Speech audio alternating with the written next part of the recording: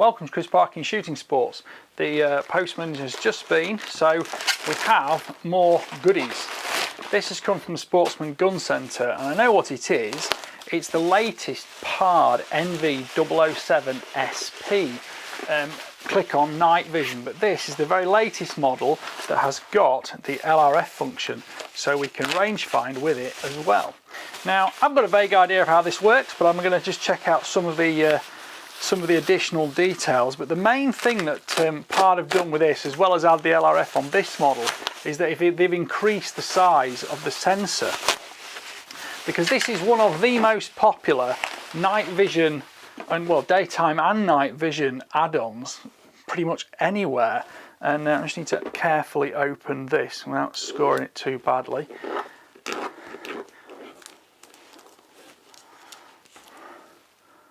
Talk amongst yourselves, because I think that's going to scratch the box, but there we go. Right, so the main thing that PARD have done with this is they have added a new sensor, and it's a 2K sensor with 2560 by 1440 pixels, so it's going to give you smoother, crisper, more detailed image. It's still got a 30 Hz refresh rate on it, so you get a nice smooth image of moving quarry, but the LRF is perhaps the big new feature of it, and that sits on top next to the LED illuminator. So just prise this out of the box and take a look at it. It's very well packaged. There we go. So let's just have a look. That's the main unit there. We'll look at that in a moment. Just checking out what else is in the box. We have got an instruction booklet. We have got a warranty card. We've got a USB-C charging cable. There is a storage storage pouch here, and there is also the collar which clips onto the scope. We'll come to that in a moment as well. They do send some black electrical tape, which is quite handy, because if you've got an interesting size collar, you can wrap it around. It stops it scoring or marking or anything like that, and it can just give you that extra fine detail of diameter adjustment to give it an even better fit on it. And there are also some spacers here which help pack out the collar too. We have got some little gussets and Allen keys there, which will help us add it onto the gun, and as I say, USB-C charging cable. So here is the unit itself. On the front here we can see the LED illuminator, which is adjustable for both focal length and angle, and we've also got the LRF system there, which is going to sit and point above the scope. We'll come to more of that in a second. And the battery is an 18650 flat top, which is in there, and it's got a protection seal on it to make sure it can't short circuit in transit. I'm just trying to remember which way up that was actually when it went in. Does it actually show clearly? Oh, it's on the front here, so it's positive down. I should probably have paid attention when I took it out. That's got a little lanyard on it there, so it can't get lost. I quite like that, it's useful. Pop that back in there, and that will switch on. Now, essentially, these collars are different actually. That's got a quick release system on it, so you can actually undo it. You don't need the Allen keys to fit that in position. So if I look, that's going to be the front end there. That's going to be the back end. You know me, I like to just play about with stuff and figure out how it's going to work. I don't like to read instruction books. I like to find out how intuitive things are. And if I get that just aligned correctly, just there we go, and that will then click clockwise and it locks on, and there's a little catch there. This will be easier to see when it's actually on the scope to undo it. So we've got rubber bellows on the back, which protects your eye a little bit. We've still got a reasonable amount of eye relief with these, and of course when PARD updated the S model of the 007, they actually shortened the unit entirely, so it gives you a lot more space behind a regular day scope. On top we've got a little Picatinny mount there, which we can put an additional illuminator on if we want to, and we've got the various focusing and control functions wrapped around the edges here. So looking on the bottom, we've got space for a micro SD card which will record video and stills footage, a USB-C charging port, and there's also the image out port on there as well. The back here has got the control buttons on it, which we'll get used to when we're actually doing the full review on that, and that looks like the image focus actually through the scope, because it always works best if you're using a parallax adjustable rifle scope. The suggested range that this will work to is listed as 350 metres, but that will depend exactly on the optic you're using it on the back of and what the light conditions externally are, because if you've got a strong moon poking through a small gap in clouds which are covering otherwise homogeneously, you'll get lovely light reflection of what the moon is giving you, and you'll see even better than normal. But you know, light varies throughout the year, so that's something we'll get used to, and we'll see what it's like when we're actually using it. The rangefinder works out to 1200 yards, and it's an organic LED screen inside, which is what we're going to see the image that the scope is projecting onto the sensor in this, and then the screen in that shows us. So unlike a forward mounted unit, a rear mounted unit, it doesn't matter if it slightly gets misaligned or anything like that, because effectively you're using a camera to look at something that's fixed to the gun. So you're not going to have any kind of loss of zero issues or something like that. Now, I have read a bit online that, you know, some people have found scopes with a larger turret don't work quite so well with these, so we'll perhaps give that a try when we get it set up. And of course, you can see I've got two identical Helix 2:16 HD scopes, one HDLR with the larger turret and one with a smaller cap dial on top. I think I'm going to go with a smaller cap dial on these. So the question is, will this fit on that scope? Because we may have to use a different scope or get a larger collar to make sure it is going to work in the long run.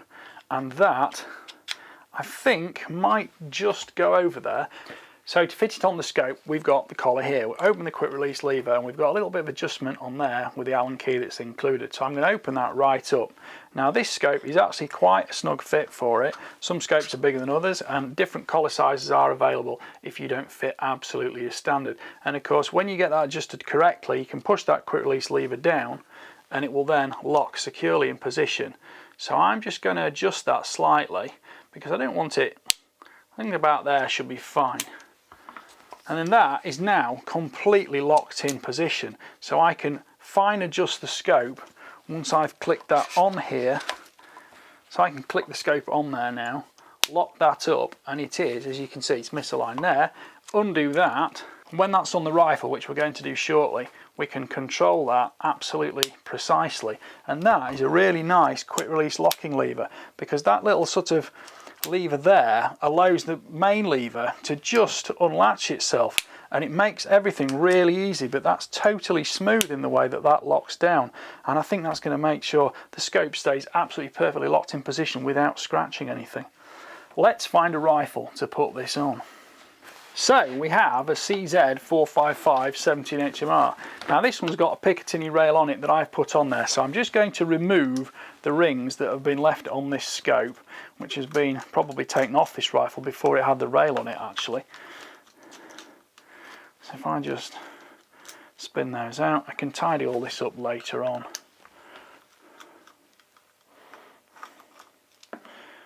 You get an idea of what I do in my armoury every day when I'm not shooting or writing articles or editing videos. I've got the new Element Optics mounts here, which are the XT mounts. These are available in 30mm or 1-inch Picatinny or Dovetail for airguns and rimfires. Now I'm going to go with, shall we go with a medium to start with? I've got high and I've got low, but let's just go with medium and see what these look like in position. These use Torx fasteners, so let's make sure I've just got the correct sizes with me. Pop that one on, probably on there.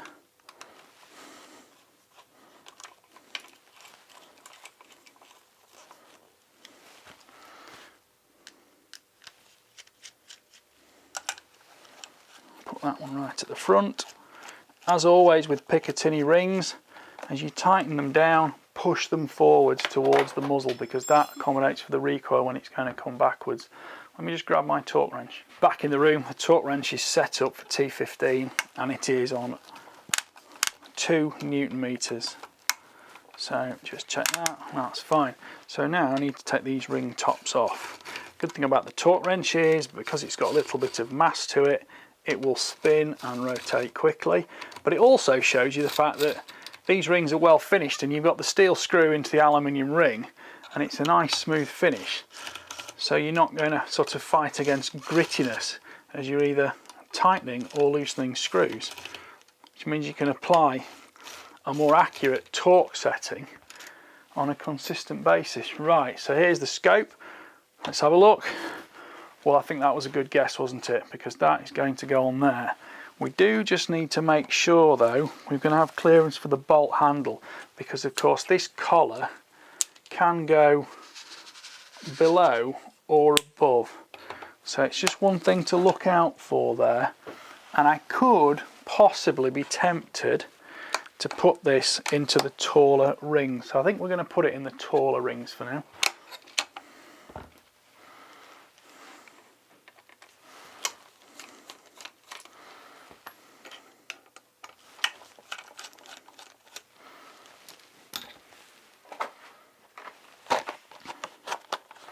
These are the high Picatinny spec.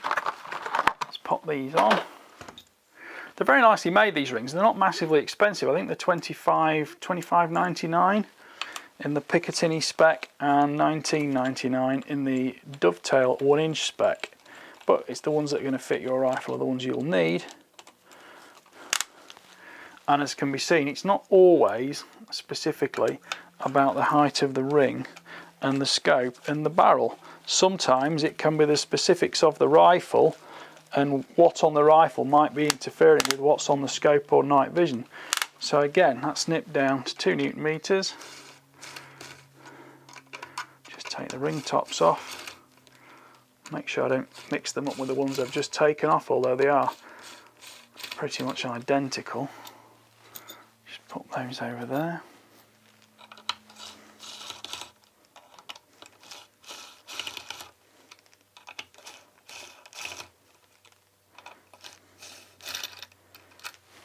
Of course, the newer CZ457 has got a much more streamlined bolt handle assembly, so you don't sort of have a similar problem that we're having here.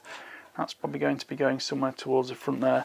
That looks a much better, more appropriate fit, that. So let's start putting it back together. Right, so we've got the scope back on. Just going to straighten it up approximately, which is there. And then we can fine adjust all this afterwards, but for now I want to get the pard onto the rifle, have a look and see how it's all going to fit on. So that needs to just ease back a little bit.